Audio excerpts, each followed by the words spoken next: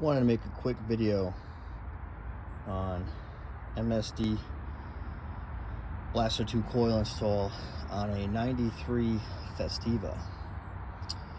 So here's the stock coil. Here's your MSD Blaster 2 coil. Now, like I said in a previous video, with stock ignition, you need to run this ballast resistor. So what I did is I went positive up here into the resistor, out, quick connects as you see. Actually this is positive over here, so that gray one goes over positive. This is your TAC signal wire, this is the negative, again stock negative, quick connects. So the plan and the idea here is, if this MSD coil ever fails, I can quickly go back